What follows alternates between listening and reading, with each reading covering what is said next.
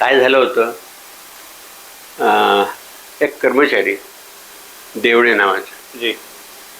तो आमच्याकडे 1 वर्षापूर्वी आला.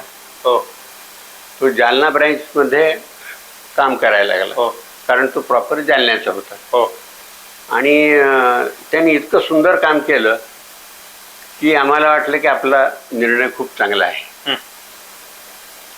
आम्ही अशा प्रकारची जी कर्ज कर्मचाऱ्यांना देणं म्हणजे काय कर्मचाऱ्यांना म्हणजे ब्रँच मॅनेजरला इतके अधिकार देणं असं प्रोसेसमध्ये नव्हतं.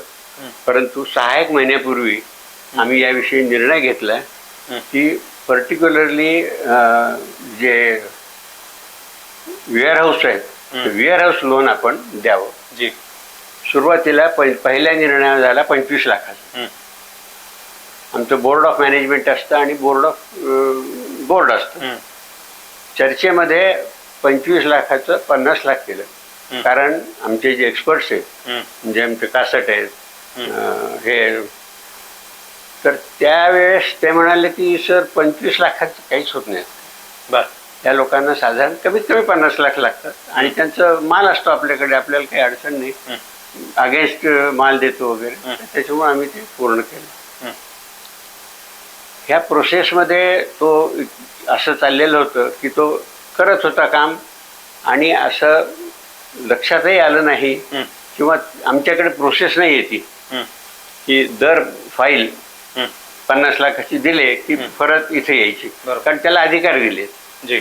आणि त्याचं ऑडिट होतं. ऑडिटमध्ये लक्षात येतं, ऑडिट पाहिल्यावर होतं.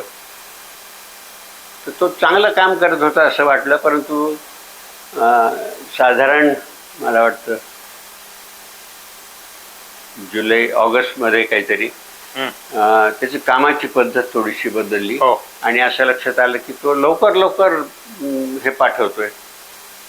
आमच्या पारगावकरांनी जे सध्या जनरल मॅनेजर आहेत त्यांनी त्याला म्हणाले पण की तू हे काम चांगलं करतोयस, आपल्याला पाहिजेच आहे, परंतु हे थोडंसं फास्ट होतंय.